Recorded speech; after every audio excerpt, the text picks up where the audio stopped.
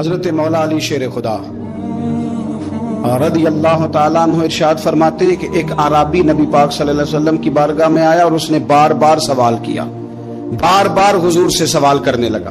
سرکار کی عادت تھی کہ جب آپ کی طبیعت مبارک، مزاج مبارک بڑا ٹھنڈا ہوتا تھا تو آپ سوالوں کے جواب دیتے، اور جب کوئی سوال کا جواب نہ دینا چاہتے تو خاموش ہو جاتے، لیکن اس نے بار بار اصرار کیا نا۔ یہ مجموع الزوائد میں حدیث موجود ہے، راوی ہے مولا علی شیر خدا۔ دیکھیں حضور کا نور دینے کا شوق کتنا ہے۔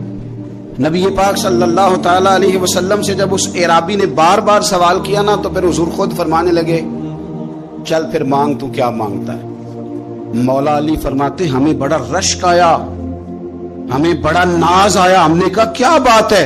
حضور نے فرمایا مانگ، کیا مانگتا ہے؟